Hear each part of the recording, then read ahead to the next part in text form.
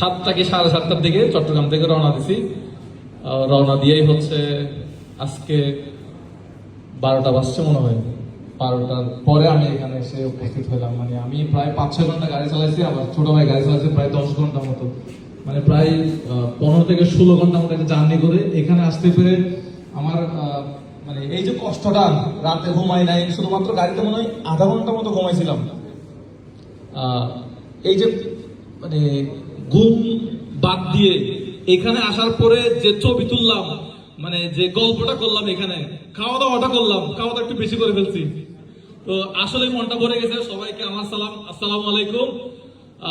রংপুরের যারা, রংপুর বিভাগ এবং রংপুর জেলা, রংপুর সদর, হ্যাঁ বিভাগীয়, তো যারা আছেন সবাইকে আমার সালাম, আবারও আসসালামু আলাইকুম।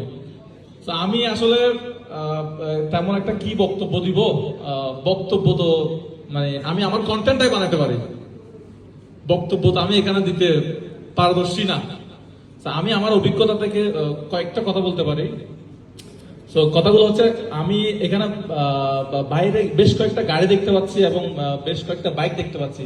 আচ্ছা, অনলাইন ইনকামের টাকা দিয়ে বা ফেসবুক ইউটিউব ইনকামের টাকা দিয়ে বাইক কে কে কিনছেন, কার কে কে কিনছেন, একটু একটু হাত তুলবেন। অনলাইন একটি করে বাইক, বাইক অথবা কার যে কোনো একটা কিনলে হবে, একটু করে হাত তুল স্পষ্ট করে। অনেকগুলো হাত, মাশাআল্লাহ। আমরা সবাই একটু জোরে করতালি দেই তো।